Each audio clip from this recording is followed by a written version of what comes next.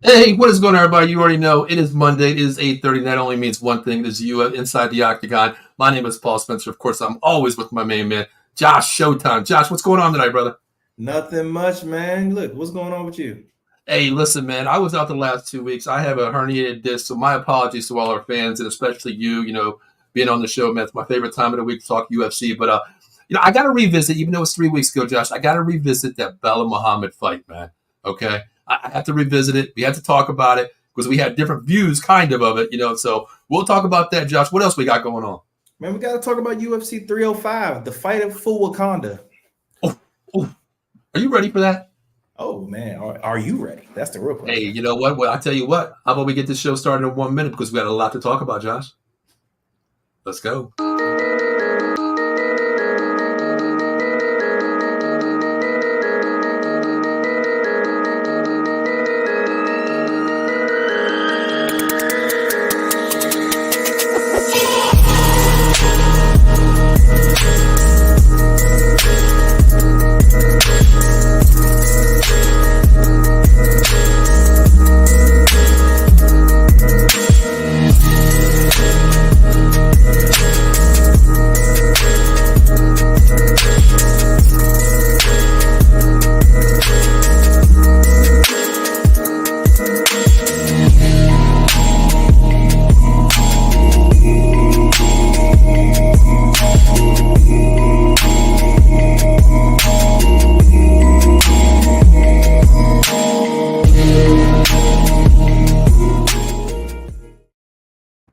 All right, welcome to Inside the Octagon. Once again, my name is Paul. That is Josh Showtime. Josh, first, my apologies, brother, for the last 2 weeks, man. I was on the shelf. I felt like I got KO'd sometime out there, man. I finally felt what it felt like to be a UFC fighter.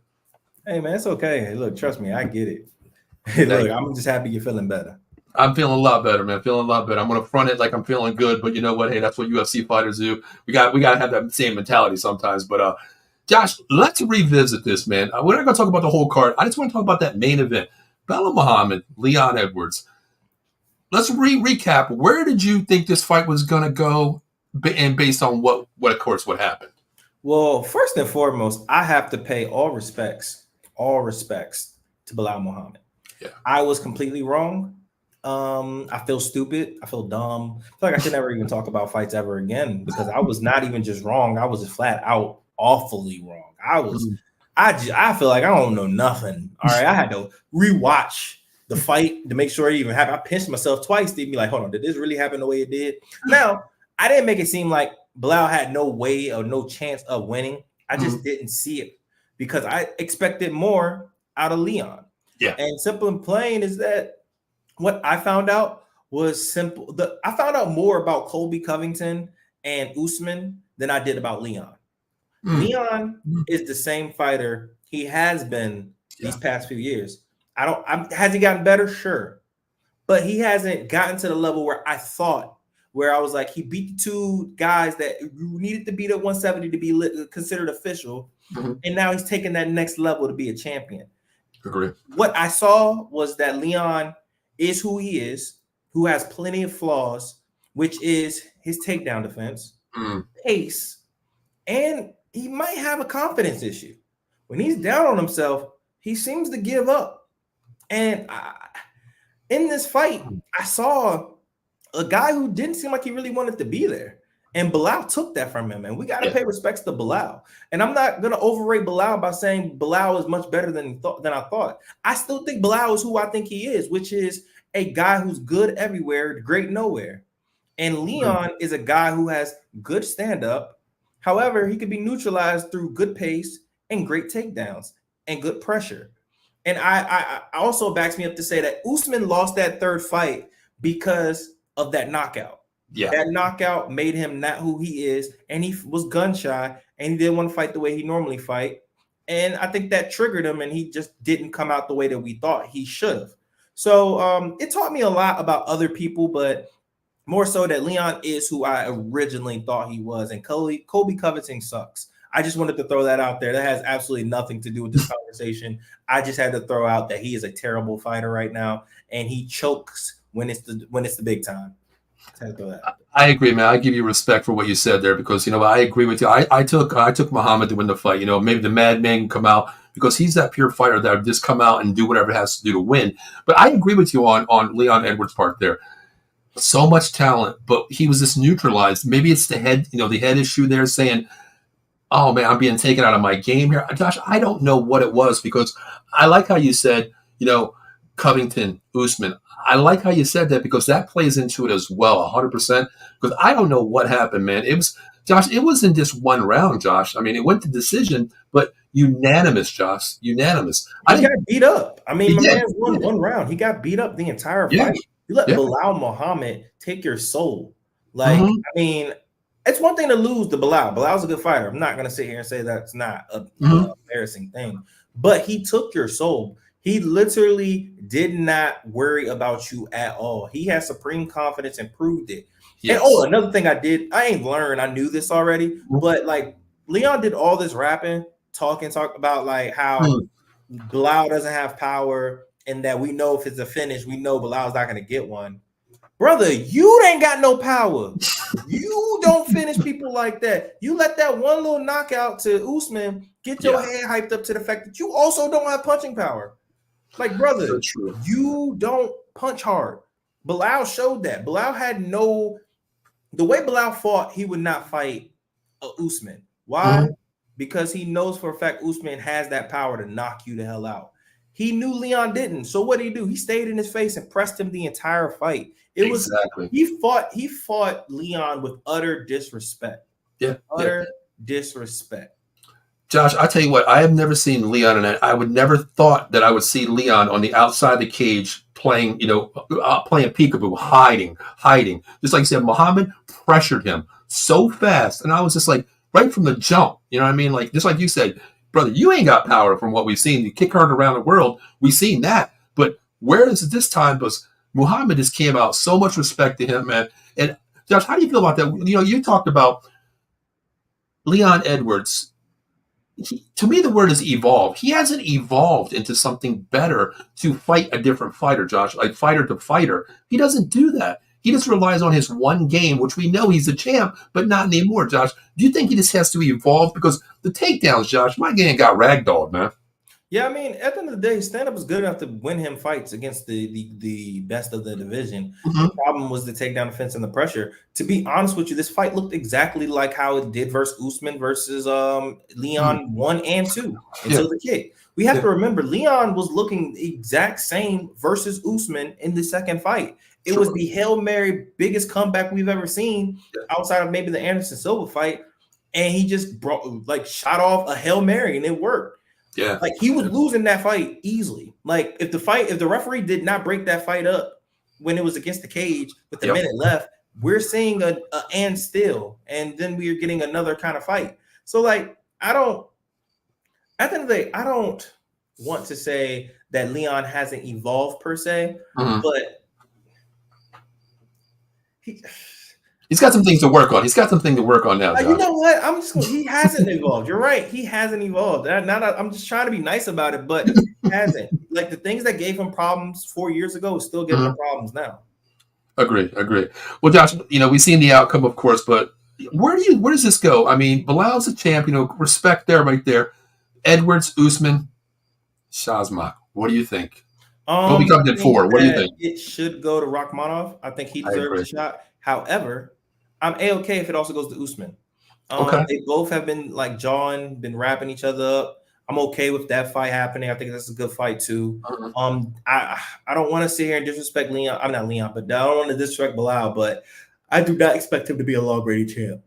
I don't either. Fighter, but once again, I just don't see him. I still think Gary Neal beat him again. I think Neal would knock him out. I think Ian would give him a good run for his money in the fight, honestly. I'm not saying Ian will win. I think that Belal can adjust and make it a dogfight and be able to possibly beat him. But the range and the length, there's a lot of guys in that division that will give Belal a hard time, even if he's such a grinder, which he is. Right, yeah, as a matchup, there's a lot of matchups in there. With Rahman being 18-0, Josh, how do you see that fight playing out real quick if we get that fight? I mean, if we get the fight, we will definitely have to see. I mean, at the end of the day, 18-0, 18 finishes. can knock you out, but also can wrestle you and submit you. We saw him in a dogfight versus Neil, which was a crazy fight. Such a good fight, where we found out that Rachmanov not only is really good, but he also has a really good chin, because he got clipped, got rocked a few times in that fight, and was still able to fight through. And even while being tired and exhausted and being in a dogfight that he's never been in before, was still able to get the finish in the third round. That's a tough guy to beat. I don't see Belal being able to wrestle him. He has to respect the power. If not, he will get slept. And it's a very difficult matchup for Belal. Gotcha. Okay. All right. Yeah, I can't wait till we get that, because I was talking to a buddy today, and he was like, "What do you think?" And I was like, "Do you run Leon back? I don't know. I mean, yes, it went to a unanimous decision. I get that point, but then again, you got the number three fighter in rankings. Rahman being 18-0. The sleeper king is what I call him, putting people to sleep, knocking you out. 18-0, man. That's a lot of respect too, and I think that would be a great matchup too. Because, like you said, the dude doesn't have a glass jaw, man. I mean, he got clipped, he got rocked, and the way he flipped that around, it was just like, wow, this dude, man. Regardless of who he's fought, what the record is, this dude is legit, man. I think he could, give us a good fight against Muhammad. Thanks. Definitely. Well, Josh, hey, let's jump into it, man. UFC 305. Finally, Josh, it's here Saturday night. Main card, of course, DuPlesis versus Adesanya. How do you feel, Josh? We always be honest on this show, man. I'm not even going to talk about, UFC Vegas this week. I'm not going to talk about it, because I know you text me and I say you watch, like, it's not really my cup of tea this weekend. I agree with you. You know what? That was being Olympics weekend, man. I get you. The Olympics weekend, I had to spend some time with the wifey. Like, I had priorities that week. I'm sorry, guys. No joke. I don't miss UFC fights. I don't miss MMA fights, for real. And like, I call myself a diehard fan because I am. So I do try my absolute hardest to watch all these fights. But UFC has just been absolutely struggling this year. And it's like, if I'm having a hard time getting up for these fights, I know for a fact nobody else is watching these. Josh, I'll tell you, you said it very easily, man. I mean, I watched it, because we put it on Twitter now in the box, all the fights, the scorecards and everything. But Josh, I think I might have just fell asleep on a couple of these fights. More than, I watched the prelims, I watched the main card, and it was just like, damn, I should have watched what Josh was watching. I might have watched the Olympics. You watched the Olympics, man. There was some good bouts out there, man. Definitely. Well, let's get into let's just talk about the main card here. Let's talk about Ling Jiling versus Carlos Prats. 19-8 Jiling. Prats is 19-6. How do you see this one? I mean, Josh, this isn't the greatest match, okay?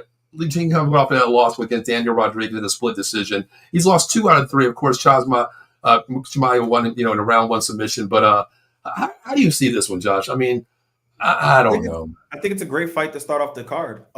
It's not great as far as importance into the division. Right. Like, realistically, it's not important in the 170-pound division.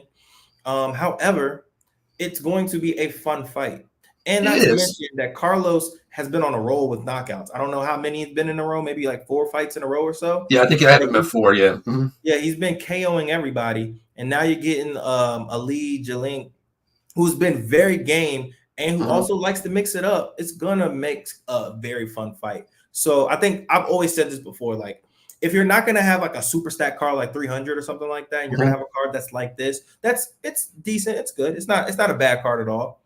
That first fight don't need to be an important fight. It needs to be a fun fight, the fight that gets people warmed up and ready, because crowd participation really does matter. And it also can egg on the fighters and, get them, excited as well. And also, we got to remember, the fighters see all the fights that's happening in the card. So when I do think that the competitive nature sometimes of seeing oh man, these guys are going at it, let's also go at it. So I think this is a great fight to start. I think Carlos is going to knock him out within the first round, because I don't like Lee's head movement, man. I don't like the way he don't move his head. And you find a power puncher, you gonna get clipped. So and then not to mention he's 36 now. I don't necessarily know how long you can rely on your chin and being in the barn buster. So, I mean, maybe he can go in there and try to wrestle, mix it up a little bit. But if he stands, I do think he will get knocked out.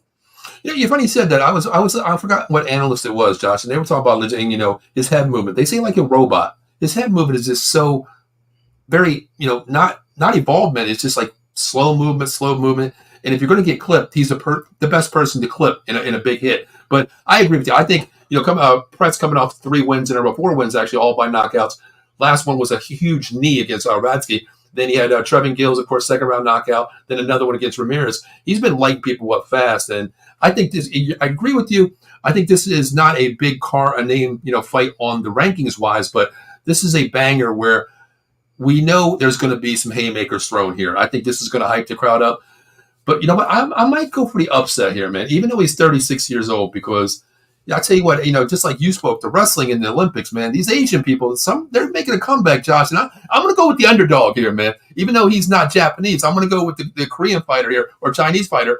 I just got to go with them, Josh. You're on a roll, man. They showed me respect in the Olympics, Josh. Hey, man, I will also say I'm a little butthurt by Japan. So, like, as a fellow American and American wrestler, what Japan did in the Olympics was halfway disrespectful, and they beat so many of our top dogs. So I'm a little anti-Japanese right now, man. I'm a little upset. Not gonna lie to you. Hey, man, I'm sorry, man. I'm sorry about that. Hey, amazing wrestling, though. I get respect when respect is due. Japan completely shocked me, and they get all my respect. It really made me want to go to Japan to learn some of their techniques because they were just phenomenal dogs, man. I could just, the pace they was putting, I got to give my respect, but I'm also mad because y'all beat my mans. Josh, I'll tell you real quick, looking at you out, looking at your Facebook posts, it was like, man, Japan is putting it down, dropping everything here. I'm like, what is he talking about? Judo? What is he talking about? My Twitter was worse. I was really getting mad about Japan. Like, I'm like, what the heck, bro? Where did they come from? Why are they so good this year? Wait till I see Paul on Monday and I'm going off. Yeah, man. I was upset. All right. But still.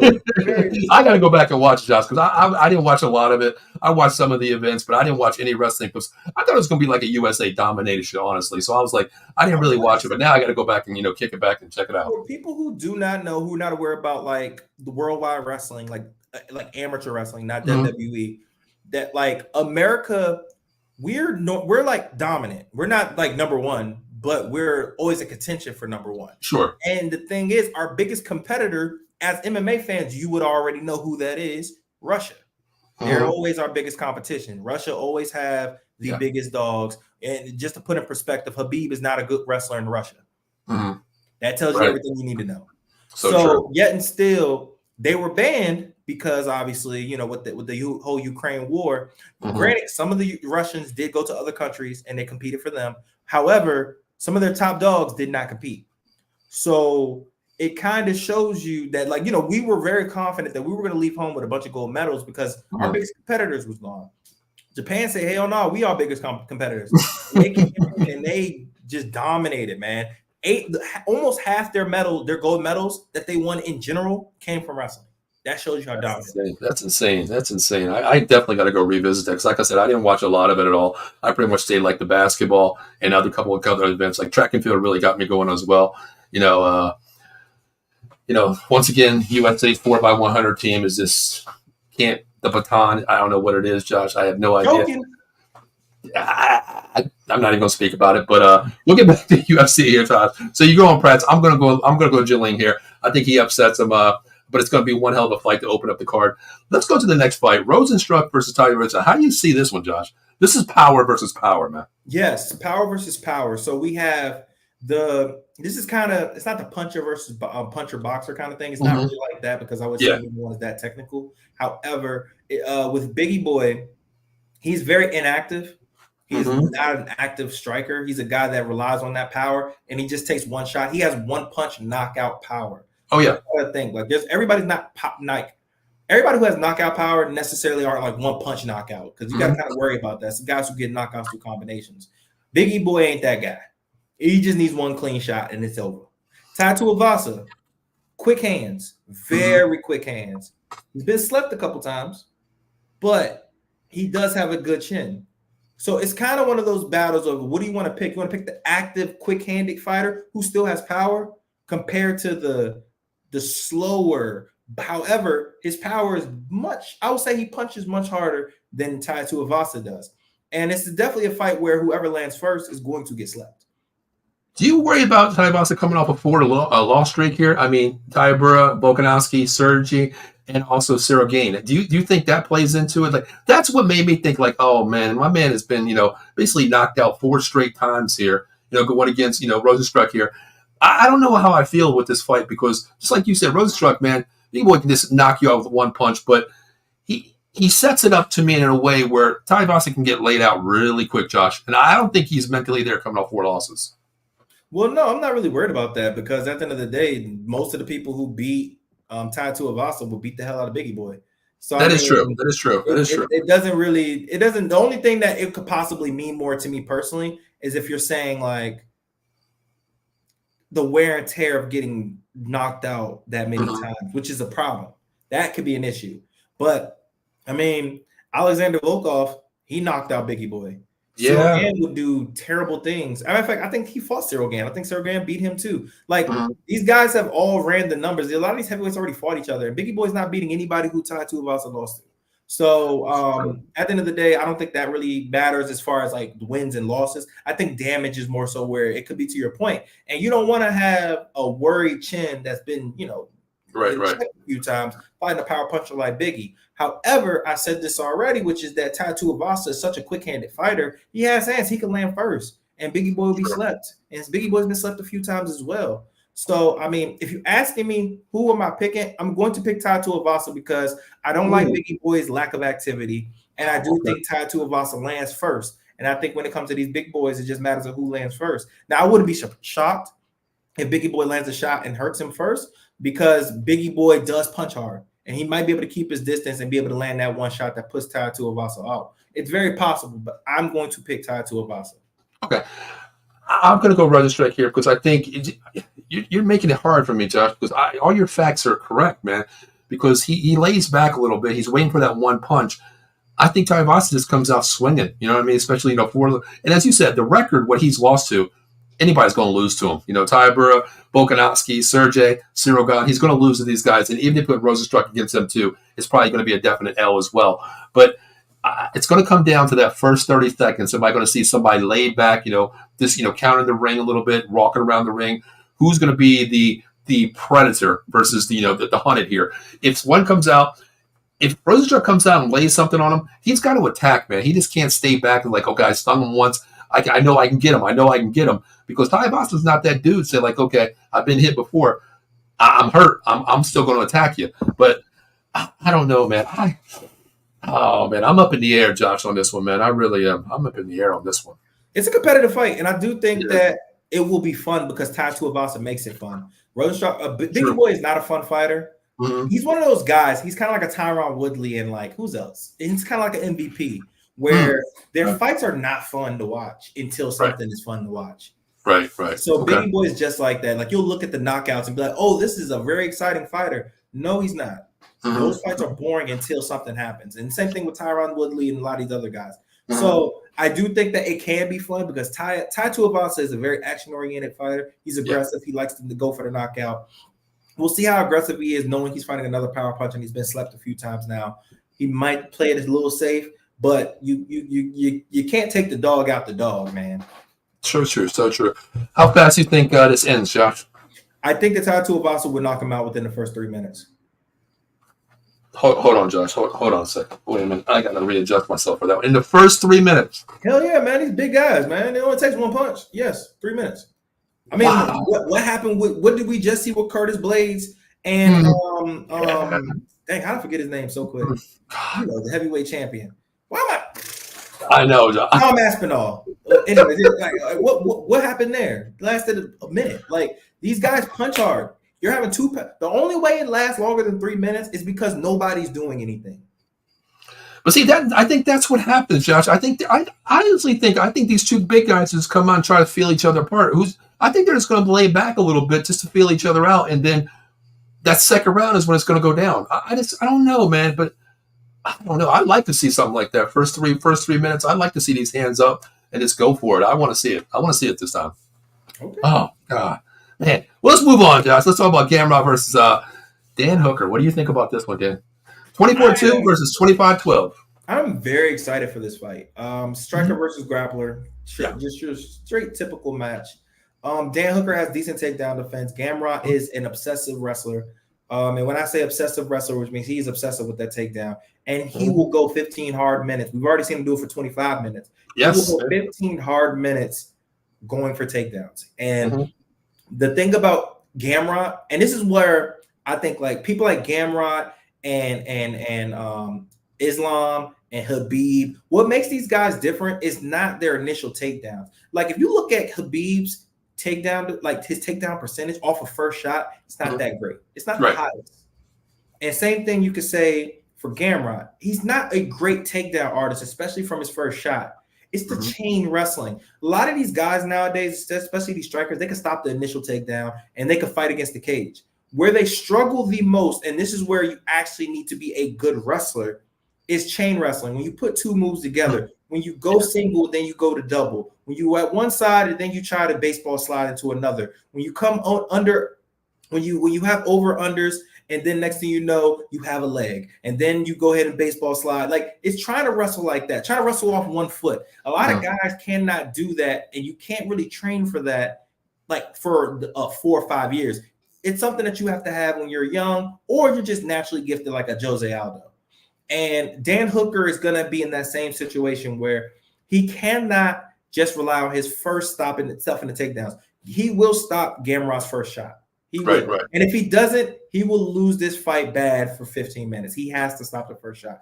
That's not going to be the problem. The thing is, what he's going to have to do is, one, stay in the center of the octagon. And if he's against the cage, stay against the cage and make sure that you make him fight. Elbow him. When he goes down, elbow him as hard as you can. Try to get a knockout this way, or at least get him uncomfortable. But do not let him take shots at the center without going to the cage. If you keep it in the center, he will eventually get this takedown because he likes to chain wrestle. He likes to go for low singles. He will get you down, and it will be a 15-minute ride that you do not want. I agree with you 100%. I think that's the only way he's going to win. Hooker has to either play the cage on the outside, because you said as a third leg, basically, if you want to call it, keeping upright there. I think if he keeps it in the middle, Josh, I think Gamrot is just going to take him, for just like you said, a long ride. But I want to ask you this with Hooker here. I mean, with his fight style, can he be the aggressor here, knowing that he's going to have to watch those takedowns, especially being in the middle of the ring, Josh? We know if he gets there, it's going to be in the back of his mind, like, listen, Gamrot is just that guy that wants to do this, and if I defend the first one, it could be the second one. 90%, he's getting me on that, Josh. And once he gets me on the ground, it might be a long day, but you're right. Hooker has to use those elbows. He has to get, if he does get him on the ground, he has to use a lot of ground and pound, Josh, to keep him there. And I hate to say, but get time on the ground, get that grappling, get that ground control, and maybe use that to win the round, Josh. I would say Dan Hooker personally needs to do as much as he can to avoid the takedowns, obviously. But my thing is, like, let's say his wrestling is just too advanced. That's when he needs to start showing teeps, showing knees, showing uppercuts. Get him scared to shoot, because Gamrot is not like a Islam where he takes high percentage shots and he avoids knees because he doesn't really go for low shots. You go for low shots, that's how you get knee. That's how you get Chris Weidman. He likes to take shots at the chest, and the chest is a better shot just because most people aren't getting jumping knees all the way up to a person's chest. So you kind of, even if they do throw a knee, it catches you more on the chest than it will your chin, rather than if you go lower. So, but Gamrot's the type of person, he shoots low. So that knee is there. So, I mean, I think that he needs to threaten knees, threaten elbows, threaten uppercuts, and threaten with the teep. Now, he has to be careful with teeping too much or throwing leg kicks too much, because Gamrot's the type of person who catch it and he will shoot immediately after doing it. So it's a very tricky fight for Dan, like extremely tricky. Yeah, this is a chess match. I mean, you want to try to avoid, the other person's best, asset. Of course, we know what Gamrot's going to do. But do you think, just like what you said, keep it on the outside of the ring there, use that, the chain to keep you upright, basically. But if Gamrot, pursues that, he misses that first takedown where Hooker's on the chain there, he can't get that, utilizing that takedown. Do you think Gamrot's going to play the smarter, saying, you know what, I'm going to keep it in the middle of the ring. I'm going to try to flip you to the middle of the ring to be the better technician where I'm good, because Hooker wants to keep the stand up, Josh. I mean, if I'm Gamrot, I don't care where it's at. I don't care if it's against the cage. I don't care if it's in the middle. I'm just going to keep wrestling, because I know for a fact I can't stand with Dan. So I know what I need to do. And my thing is, while Dan has good takedown defense, it ain't that good to the point where I can't take him down. I've taken down some very good takedown defense, like I said, artists, but some guys with really good takedown defense, and he's not going to be any different. That's how, if I was Gamrot, I would take it. And it's like, I know I have the cardio, I know I have the pace, and I know I can just spam these shots, and I'm going to break Dan Hooker down. Dan has decent cardio when it's his kind of fight, but let me put you into a 10-minute grueling wrestling match. Let's see how that cardio goes. Let's see how them arms are going. So that right there in itself, like, I would, if I'm Gamrot, I'm feeling uber confident that I can take this man down and I can do what I want with him for 15 minutes. I agree. I think because we both know the good distance. He went Rafael dos Santos. He went decision. Was split decision versus Turner. Unanimous decision. Loss against Darnouche. But Hooker's the same way. Jalen Turner all the way to the distance. We know they can go the distance. But Josh, we've seen it in so many fights where the predator is going to test that cardio. And when you're backpedaling, Josh, it's a different animal when you're backpedaling versus you're being the predator moving forward. It takes, twice as much out of you. So where do you see this fight going, Josh? And, where's your winner first, Josh? I'm going to go Gamrot here. You going Gamrot? Yeah, I'm the same. I'm a wrestler, so I would normally stick with wrestlers unless I feel like the guy has really good takedown defense. I'm going Gamrot, unanimous decision. I think that it's going to be a close. It could possibly be split. I can see where, like, Dan Hooker starts to get on a bit of a roll and possibly hurts him or rocks him. And then regardless, Gamrot still dives in for the takedown and be able to get him down and ride out some of these rounds. So I'm going to go Gamrot by decision. Okay. Yeah, I like the decision role. I think it's going to be a split decision. It's not going to be unanimous, of course. But, Josh, is this one of the matches where it can go two ways? If you can, somebody can get caught, of course, in any matchup we watch, of course. But do you think if this goes to decision, it's going to be of ground control? Time on the ground, having that ground control. Do you think that's where the fight's going to win, Josh? I mean, it has to. I mean, that's the only way he can win. He's not going to beat him in a stand-up match. Like, Gamrot's way too. I was going to say advanced. What's the opposite of the advance? Like, he's not. He's just not. Like, at the end of the day, like, Hooker's way too advanced for him in the stand-up department. He will pick him apart if he does not get these takedowns. Okay. Are you going unanimous or are you going to go split? Unanimous. Really, I'm gonna go split. I think Hooker gets maybe one around in there because the way he is, man, he's a veteran. He's been around 25-12. I think he can win at least one round, at least assuming hopefully he can win one round. So I'm gonna go at least split decision here. I'm gonna go that way too. So I think it's gonna be that. But how about we move on to another event here? Let's talk about Kai France versus Steve. Man, my man is crazy Ersic, man. Yeah, I think this is probably the fight I'm looking forward to the most. Me too. Probably. At the end of the day, we did not know how good Steve was when he got the title shot, but we saw when he fought Pantoja how good he was, how tough of a fight he made that. Steve, how long? What kind of notice was that? How long was it? Notice was that fight for him to step in? Oh, I don't think it was a late notice. I thought it was a late notice. I thought it was. I might be mistaken. I could double check that, but I don't think it was. Okay. But if it was, it wasn't like super late. Right. Yeah. It was a week later. It was definitely, he had some months to prepare, but even still, like, he came out there and he gave Pantoja all he could handle. Very well could have won that fight if he split decision. Split decision. We know how good he is, and then he's fighting Kai France, who also fought Pantoja, who also came up short when it came to a title fight. I'm super excited for this fight. This is a good fight, and we're talking about two well-rounded 125-pounders that are pretty action-oriented, and they're tough. They're game. So I'm looking forward to it. I'm super excited, and I cannot wait to see how it plays out. Yeah, I mean, I look at Kai France. I know what Steve Ersic is, man. He's just a warrior, man. 12-2. The way he comes into fights, he does what it takes to win this. I like him as a fighter, Josh. But I look at Kai France too. He's coming off two losses. Of course, Brandon Moreno. He lost with that TKO kick. Amir Balazi, he went to a split decision, lost that one as well. But man, the way I see Steve Ersic fight, man, it's just something about him, Josh. I think this is a TKO, Josh. I really do. I really do. I mean, what do you see with this one? I'm actually picking Kai France. Wow. Okay. I trust his mind. I just think that he's going to come up with a good game plan. I think that Pantoja, I'm not gonna say he overlooked him per se, but I think he might have overlooked him a little bit. He thought he could steamroll him, and he didn't, and it kind of shocked him. I think Kai's gonna come in there confident. That game plan from that camp is just so good, and I think he'll be able to follow it, be able to avoid any big strikes. It's 125, so these guys don't punch that hard. Right. So I do think that he's going to have. I think it's going to be a tough competitive fight, but I got Kai France. I think that he's trickier. I think that he'll outpoint him, and I think he'll win by decision. Think it was a distance decision? Absolutely.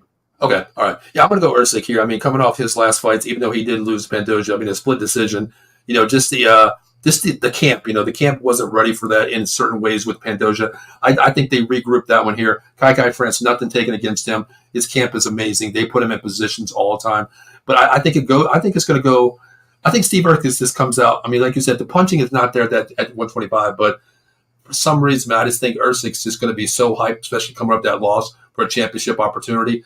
I think he does come out. I think he gets him late. I think it's going to be a TKO in that last round, Josh. Okay. Hey, at least I hope so.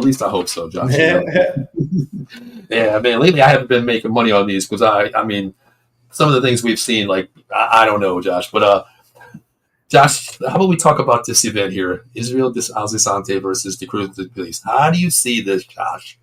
Which fight? Are you talking about the main event? Yeah. All right, so just to dress this up, man, and this is a fight that I was looking forward to last year. Probably 2 years ago, whatever, just because of like the comments from DDP. Obviously, it's like a whole little rivalry that's been happening between these two. Granted, they're also the two best in the division. So, I mean, it's just so much at stake, and I'm excited for this. However, I've absolutely hated like the nastiness from like social media and how ignorant people are when it comes to like Africa in general. And also like Izzy. Like I get to an extent why people don't like Izzy. He does do the most, and he is a little weird and sometimes corny. But at the same time, he's an excellent fighter. He is a showman, and he was also always active, like always active. He was doing what we want champs to do: defend their belt, always fight, and give it their best. Like he's not always the most exciting fighter in the world, but yet and still, man, I always have respect for Izzy, and I just thought that DDP was annoying for the whole. I'll bring the belt back to Africa thing. So that's always rubbed me the wrongest ways because it's just so stupid. But yeah, and still overall, this fight is great. I mean, it's a typical, you could say, a striker versus grappler, but DDP has shown that he's not just a grappler. He's also a guy with heavy hands. He's not a good striker. I don't want that to be misconstrued. He's not good. However, he is effective, and that matters more than anything in MMA. It's one thing if it's boxing, you'll get hurt very badly with that kind of style. But in MMA, you can very well get away with it because of little gloves and you could just hurt somebody and the fight be over. And DDP has shown that that's been very effective. And now, after seeing the Strickland fight with Izzy, I don't know what to expect from him. That was what I was going to ask you, Josh. I know we talk about Sean Strickland, that fighting style. It's just you don't want to talk about it. But Josh, I mean, look at their last fights. DDP, Strickland, split decision, a win for DDP. Izzy, unanimous loss against Strickland. Has he learned anything from that Strickland fight? I mean, one thing I can easily say is that he did learn from the fight. Like, we know Israel is an adjuster. Sure. He will learn. That's not a question. That is a fact. He will. However, is the game past him? Wow. That's the question that we have to ask. Okay. Like, Israel isn't like old, like by any means, but we have to think in fight terms. He's old. Man has over 100 fights, period. Yeah. Like, we got to think kickboxing, regular boxing, and then also MMA. Like, the guy has the statistics of a person that's 45 years old. True. And then you have the fact that I believe he is around 35. And a lot of people don't get that, Josh, how him and Pierre were actually fighting in kickboxing before they came to the UFC. And there was many bouts over there. And that takes toll on you right there, too. No, 100%. Like, it takes a toll on you. And I mean, being who he is, being the showman he is, you expect him to always have these flawless performances, but not realizing that he's past his prime. He's 35 years old. Yeah. Like, he's no longer who he was 10 years ago. And I'm now turning 31, or I'm not turning, I am 31. I can imagine 4 years from now, you kind of go off a cliff sometimes. And his reads were not there when it came to the Strickland fight. For some odd reason, he struggled so much to find the opening shots and then left himself open. And it kind of seemed like he lost his way a little bit. Like the Israel we first met and saw compared to what we've seen as of recent has been more of a point fighter who's very risk averse and more so just wants to get the fight over with. And I'm wondering, is he going to go that style with them, or are we going to get the Paulo Cruz?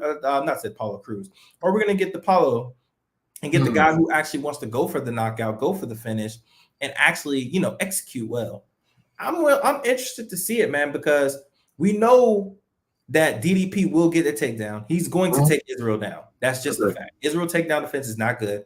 DDP will go for it. He will get it. Will Israel be good enough to get up?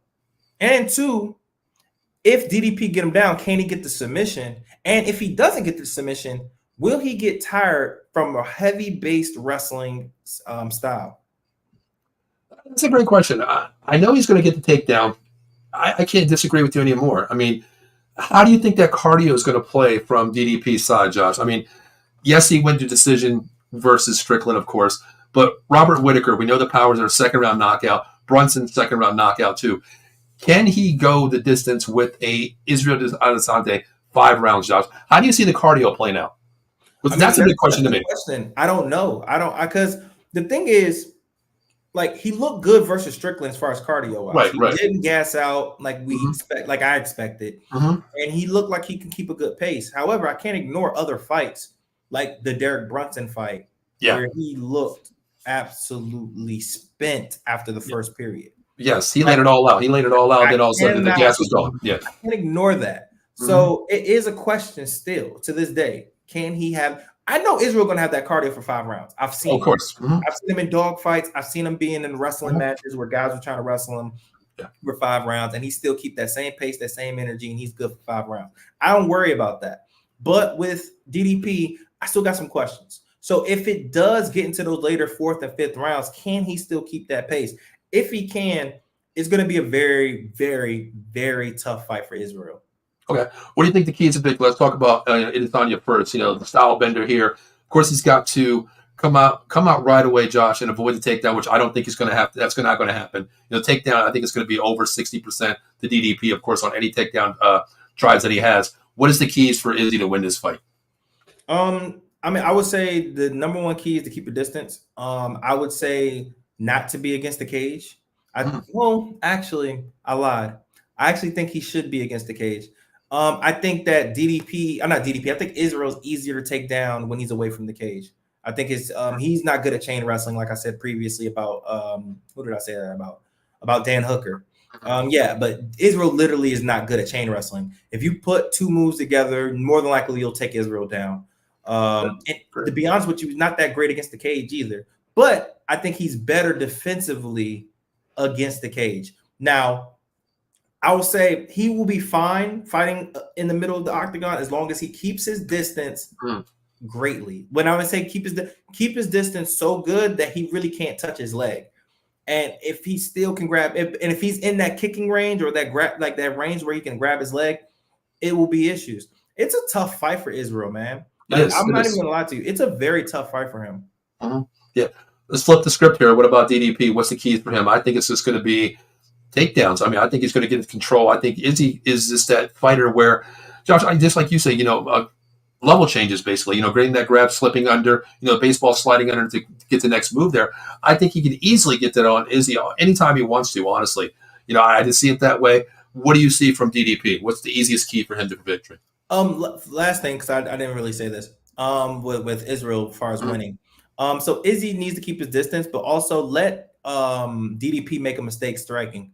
Let him get comfortable. Let him get comfortable, and then counter him. And I think if he does that, he'll get the knockout. I think that's the best route. DDP kind of darts or blitzes a little bit, and I think that is a very good way for Israel to be able to angle off and get that KO that he wants. Now, as far as DDP, number one thing is pressure. Stay in Israel's face as much as you can. Do not turn this into a kickboxing match. You won't win. Yes, Strickland was able to counter it and be able to win from that. But he just has a weird, awkward style that I think is Israel kind of didn't expect until he actually felt it. DDP doesn't have that. So just stay in his face. I would say pump the jab, just to have something that he can respect, because Israel will respect the power of DDP, and then just going for the takedown against the cage, going for that double to try to get under that butt and just take him to I was going to say Pound Town, but that's a Sexy Red song. But yeah, take him to Pound Town. It is what it is. Take him to Pound Town. Yeah, two things he said, Josh. With Izzy there, I think he has to wait for DDP to make that mistake. We go back to that Sean O'Malley fight. Being patient, over pursuing that punch. This is one time with the left counter, you're knocked out, lights out, it's over. I think he has to be patient. But talking about Strickland, I know you don't like Strickland, his fighting style, you hate it. I kind of like it because just the way he faces you. I know you do, Josh. I know you do. Josh, which do you hate more, the Japanese wrestlers now or Strickland's fighting style? Japanese wrestling, but Strickland is a close second. All right. Do you think Izzy can fight like that, Josh, to pursue that face-to-face combat, avoid the leg strikes, even maybe the takedown? But you know what, Josh, with your hands up, that sets up the takedown so much easier. I'm sorry, what was the question? With Izzy, if he fights like a Strickland style to, be the pursuer, to be the predator, face-to-face combat, staying close to him, but we talked about him avoiding, staying up, keeping the distance. But like you said, I thought about it and I was like, you know what, Izzy can't do that because of the fact with your hands up like Strickland's fighting style, that takedown is going to be wide open at any time it wants. The worst thing you could do to a guy that likes to wrestle is be aggressive towards him. Exactly. Yeah. It's just, you're like, realistically, you kind of forced the shot out of him. Right. Which can resort into like a Jorge Masvidal versus Ben Askren if you're so aggressive that you can possibly set up a shot that is a knee or something, which it can work. But it's very risky. Like you being aggressive and me literally penetrating into my shot makes that shot that much more powerful. True. And it's just so much easier for me to shoot. Gotcha. I don't see Israel's not. I don't think Israel's gonna. That's not even his style. I don't think I've ever seen Israel come out the bat swinging. It's not. Yeah. He's not that kind of guy. He's an analyze and then adjust and then I pick you apart. And if you make a stupid mistake, I'll knock you out. That's more so Israel. Now it's been a break, so we'll see if there's new wrinkles. But at 35, I kind of think that he's going to fight the way he always fights. Yeah, I don't think it's time to evolve into a different, fighter here. He is a style bender, of course, but exactly. he's got so long with this fighting technique, the way he does his technique here. I don't see him changing much, even if anything at all. Honestly, I think he's just going to be Israel Adesanya that we've seen, different kind of fights, but I think he's going to be the same here. But what I want to ask, including this one here, DDP, when he takes a takedown, is he really low on his takedowns, or does he try to grab, waist high and then body slam you down that way to set up like a slide underneath? What does he do, Josh? DDP is very versatile in his takedown. Okay. Body lock you. He can go for trips. He obviously can go for that double. Now, I don't think that. Now, with me saying all this, I don't think DDP is a great wrestler. I don't. Okay. I think that he's a good wrestler. I think that he's definitely a very capable wrestler, but I wouldn't put him on he's not like a Yoel Romero, that type of style. Like, granted, people will say Yoel didn't really wrestle, but when he wrestled, he took you down, and exactly, you really couldn't do anything about it. DDP, on the other hand, he's very solid. It's just the fact that Israel, he's so up and down. Like, sometimes I look at his takedown and say, "Oh, he's gotten better. He's really good." Then I'll look at another fight, and I'm like, brother, how did you get taken down with this? Why? What is happening? Yeah, is that easy? So it's definitely Israel. I'm not Israel, but DDP has a very versatile takedown game or shot selection, which is also an issue because you really don't know exactly what to prepare. Gotcha. Do you think Izzy looks for that knee? I mean, if you're going to pursue the takedown constantly, your head's going to be down. Do you think that's one of the things that Izzy's going to look for? Is that that knee coming right across instead of the uppercut? That knee's got to come up. He can catch him. He can catch him at the right time if he's patient and sees it. He's looking for that knee for sure, 100%. And it sucks because now obviously they changed the rule for downed opponents. I cannot wait to see how this is going to change the UFC. Yeah, Josh, hold on to that thought because I want to talk about that after I get your predictions here. I definitely want to talk. Thank you for mentioning that hand down rule. I want to talk about that too. But where do you see this fight going, Josh? I'm going to pick Israel Adesanya by TKO in the second round. I'm gonna be honest with you. This is not a fight that I'm super confident in because I have a lot of respect as a fighter for DDP. He is so good. and I disrespected him a year ago where I didn't think he was, but beating Robert Whittaker, and then also even if people thought he lost, beating Sean Strickland, I have to give you my respect, Sure. especially doing that in a 5-round fight. Sean Strickland is not an easy guy to fight. Definitely not a good guy that's going to make you look good. But dominating Robert Whittaker, who we've not seen dominate like that since Steve Wonderboy Thompson. Yes. Like I have to give him my respect, and I'm not going to be surprised at all if he wins by stoppage or by decision against Israel Adesanya. But I'm going to pick Israel because I think that layoff is going to matter. I think that he's going to be locked in, and I know this fight means a lot to him, especially after the African comments. So I think that he's going to be the best that we've seen in some time. I want to agree with you. I hate the race comments, Josh. Listen, I'm a man of a minority too. I believe everybody believes red. It doesn't matter just to call you rep. And I hate that shit. Honestly, do. I'm not a person that stands for that. I hate that 100%. But with Izzy, I think it can go two ways because sometimes when comments are said, just like we say, a lot of people don't like him because his comments, what he does. He's people think he's arrogant. Maybe you do think that plays into a different way where it's mindset. Like, I hate to say this, but the country of Africa is on my back. I have to win this fight. Do you think that plays into any kind of category, Josh, where he comes in too cocky, too Izzy? What do you think? I'm sorry. Can you repeat the last question? I'm so sorry. No, with Izzy's comments there, like I hate that comment, like anything to do with a country or any kind of race. I hate that from DDP, that kind of pursuing of comments. Do you think Izzy comes in a little bit too more cocky, saying, I have the entire country of Africa on my back to prove a point that we stand here and we're going to knock this guy out? Do you think that plays in a way mentally? I don't think so because Israel's been in, like we said, 100+ fights. Like he's not his first rodeo. He thinks it's the first time he fought somebody he didn't like. True. I'm sure the way he runs his mouth, it's happened several times. He knows to be composed. He's not going to get out of his game. He's a professional. I don't expect him to go out there and do anything crazy. Granted, he might hold a little weight of Africa, like at least the northern part, because there was a few guys who also chirped about DDP and how disrespectful he was, and like white folks still for some odd reason don't tend to get why Africans were upset with what he said and why he said it. And it's just Twitter is just a cesspool full of idiots. Exactly. So they also will never understand or come up with excuses by bringing up him having a servant. Not realizing that a lot of Africans had servants, but they weren't what we think is servants. Like they think somebody waiting on them hand and foot. No, that was their job. They were just aides. And that it wasn't even by rich people. And Nigeria is not even that rich. It's not even a rich country.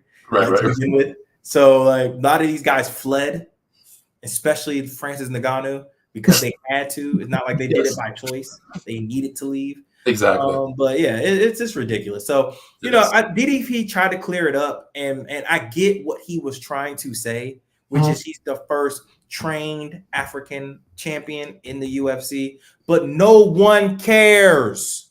Not a single soul cares. I've never seen Kevin Durant sit here and say, well, I'm Texas made because I played college in Texas. Right, I'm a Longhorn.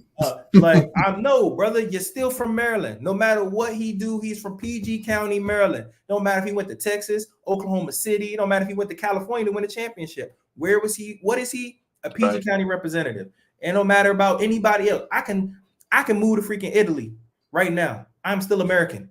Okay. I can win a championship. Guess what? I am still an American champion. It don't matter if I lived in Italy for the past 10 years. That's where I am from America. Yeah.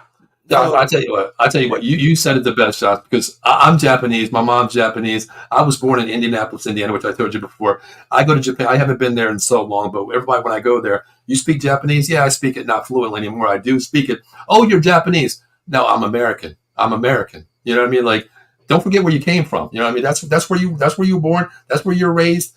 I don't get the Twitter. Just like you said, it's a bunch of idiots. Yeah, it's so dumb. Like, who cares? Like, who cares that you trained in Africa, brother? Like, exactly. You're African, and so is he. Like, exactly. Right. So right. that matters. Exactly. Right. Josh, I'm gonna go DDP. I think it's gonna go decision or a late round knockout. Because, Josh, I'm just taking into one fight that I've seen. Yes, they both went the distance with Strickland. That's a very hard fight on both sides of the fence there for, both DDP and Izzy. But the one fight that Josh, I still can't get over the way he fought. That Whittaker fight, Josh. that Whitaker fight. If we see that guy right there, I think he beats Izzy, but I think it's going to be late. I'm going to go DDP in this one, Josh. Hey man, look, I understand it. You're not gonna get anything from me. I get both ways because it's easy. It's an easy way. You can easily make a claim for either fighter when it comes to this fight. I think this is a real 50-50 fight. It's such a good fight. I cannot wait to see how this plays out. Obviously, I am pulling for Israel, but I just want a good fight regardless. That's what I want. I just want a good fight. Man, after this weekend, watching that ridiculous fight card in Vegas, man, give me something. Give me something. I mean, prelims, give me something better than what I seen last weekend because it wasn't even worth talking about. But Josh, I want to ask you, I know you didn't catch the entire fight, but did you hear about that Angelo Leo versus Fernando Lopez fight, knockout of the year? I know you've seen the highlight. I saw the knockout. That knockout was crazy. Wow. It's like he didn't even see it coming. Oh, because he didn't. Yeah, exactly. It was just like the corner said, just go out and win this round. That's what the corner said to him. Go out and win this round. We have a legitimate shot to win this fight here. Defend your title. You're the champ for a reason. Go out and win this fight. Maybe we can get the split decision. Well, it didn't happen that way, Josh. One punch, and it was just like, Josh, that leftist came across, and it was just so flush on his face. My man went down to the ground. I'm just like, I felt like Joe Rogan with the kick heard around the world. I was just like, oh, one of those moments, Josh. No, that was for sure knockout, best knockouts this year. Beautiful, crazy execution. I felt bad for the brother in the back of his head that he landed on, but hey, at the end of the day, man, that's what we came to see. We came to see beautiful knockouts like that. Yeah, Josh, it was like a straight, like a 2x12 wood piece of wood that fell straight down, no bend, head hit the ground, same time your ass hit the ground. It was just a complete knockout. Great fight. But Josh, hey, listen, what do you got going on this week? What are you doing? I know you're watching UFC 305. Anything going on? Oh, say it again. What am I? I know you're watching 305 this weekend, but anything else going on? Like this upcoming week? Yeah. Anything you watching? Nah, I don't think anything's coming up, man. I'm just on baby watching mode right now. Baby's doing okay. Oh, that's what I want to ask you. How far are we? Anytime now, right? Yeah, basically we're full term now. So we got like 10 days for the due date. So hey, listen, man, family first, man. If you need anything, let me know. Prayers, for a safe delivery for you and your beautiful wife. That's all we care about. Listen, this is all second to us, man. Family first, and always, man. Just keep me informed, man, so I can say congratulations. You know what I mean? I'll let you know. Definitely. Because family first. We just had a death in not in my family. One of our co-hosts, Steve, who's a Commander's Gridiron host. He's on tomorrow night at 8:30. Unfortunately, his wife, the grandmother, passed away earlier today. So prayers and condolences out to them as well. And they actually live in Bethesda, right down there. Okay. Yeah. So, Josh, man, listen. Once again, I appreciate your time here. Every week, I love doing this show with you, man. You're like a true book of knowledge with the UFC. You know everything. You're just an encyclopedia, brother. That's what you are to me. You really are, man. And you know what? You keep it real with me, too, because I like Strickland. You don't like Strickland. Now I found out you don't like Japanese wrestlers. Kind of pissed off about that. But, we're family. We're family, man, so I got to keep it real with you. But hey, I don't like them. I respect the hell out of them, though, man. Like, only reason why, if I was Japanese, I love them, man, because I'm telling you right now, what they did to us was bad. I didn't watch, real quick, Josh. I didn't watch the Wrestling Olympics. I'm going to go back definitely and watch to see how our country did, of course. Well, now I know how they did. But, Josh, what do you think it was? I mean, all the overhype of, American wrestlers, versus Russia, of course, the two dominant forces there, Russia being out. But with the USA going in there, why do you think it was the outcome that happened? Was it overconfident? Is this technique of Japanese wrestlers? What was it, Josh? Because you watched it all. I mean, realistically, you can't just ask about USA. It's everybody. Like, they beat everybody. Like, what about Iran? What about, what about Cuba? What about all these other countries? Everybody. I don't want to say everybody slept on because there was some world champions that were in Japan. Okay. However, I just don't think that anyone fully expected Japan to just dominate the way they did. It's just too it's just ridiculous, man. Like they haven't done that before. So I don't want to say it's overconfidence, and I just wanted, you got to give respect to the training regiments, to the coaches, and then also you can see from all those talented wrestlers, they all wrestle each other. That wrestling room was crazy. There were some guys that didn't even qualify because they lost to whoever the gold medalist was. That also was apparently world champions, or like not world champion, like Japan champions and stuff like that. Like it was just a very, very, very like confusing situation for me because I never knew they were this good. But I mean, their pace, their cardio, their confidence. I mean, like they knew. Like when they knew not to give up, they would like give up points. They were stubborn when it came to being out of bounds. They were smart when the opponent was out of bounds, to when to pick up points, when to shoot, when to not shoot, when to hand fight, and how to stay active without getting that shot clock on them. I mean, it was damn near flawless performance by Japan, and I legit like they got my respect. And it also was fun to watch. That's the thing. It wasn't like boring. None of these guys were boring. It wasn't like we were getting like 1-0 matches, 2-0 matches. Nah, they put up 20 points versus Cal Dake. Cal Dake, I don't know if you know who Cal Dake is. No. Is a 4-time national champion in wrestling, in college wrestling, in 4 different weight classes. The only human being to ever do this. He has beaten Jordan Burroughs. He's won multiple world championships. Favorite to win gold. Everybody was expecting him to win gold in America. And he's known for his dog mentality and his defense. You do not score on Dake. Dake is a tough guy to score on. This dude scored 20 points on him. Wow. 20. Wow. 20. I don't think anybody's ever scored 20 points on Cal Dake ever. So that's basically like in UFC terms, that is a first round TKO within the first 30 seconds, basically. I mean, the thing is Dake scored 12, so it was close to a tech, which is close to like pretty much what you're saying, but like it still doesn't happen. Like you don't do that. So you putting up 20 points versus Dake, y'all like you're just different. You're just different. That's insane. I've definitely got to watch it. Josh, I just have one question for you. If you got a second about the the wrestling in the Olympics, you based on like you said world champions. Where does the USA fighters come from? Are they more collegiate fighters, aspect of national champions, or are they considered like a world ranking champion? Where do they come from? Because the name I mentioned is Bo Bassett. He lives right down the street from me. The young wrestler in 9th grade. I can see him because Josh, we talked about him. He's fighting collegiate wrestlers and whipping their butts right now. Yeah. Where did these wrestlers come from to the Olympics from the United States? Bo Bass is also like 17 years old, but in like a sophomore. So we got to also bring that up. Yeah, he goes in the same school as my niece goes to. Yeah, I know. I would say like he's a sophomore, but he's also like 17. I told my niece, Josh, I was like, you need to date him because this way you'll never be in trouble. You know what I mean? Yeah. I don't know how that's legal, but hey, it's whatever. But as far as like the pipeline goes down, as far as wrestling go, most like dominant collegiate, like a Bo Bassett and stuff like that, those guys actually don't really fight. They stay in wrestling. They normally will just go for world championships and they try to win Olympic gold medals. And then a lot of them like to carry off into coaching. Okay. A lot of those guys you're not going to really see fight. I mean, look at Gable Stevenson. I mean, he should have been a fighter, but he's in the NFL right now trying to, make the squad for the Bills. I mean, a lot of these gold medal guys, they don't really need to as well because they know they're going to get sponsorships. They know they're going to get money paid just through wrestling. So they don't need to fight. They only do it if they want. Normally, we'll find the guys who were all-American wrestlers in college. Those are the guys who normally turn into fighting. Or guys who were national champions, but they know for a fact that pretty much they're not going to win gold in the Olympics, like a Bo Nichols. I'm good. I'm actually elite at this college thing. However, I know I don't have really a lane in this Olympic world this world wrestling thing, like a Bo Nichols, like a Ben Askren, like those guys. Those are elite guys who won national championships in college, but they were not going to be gold medalists.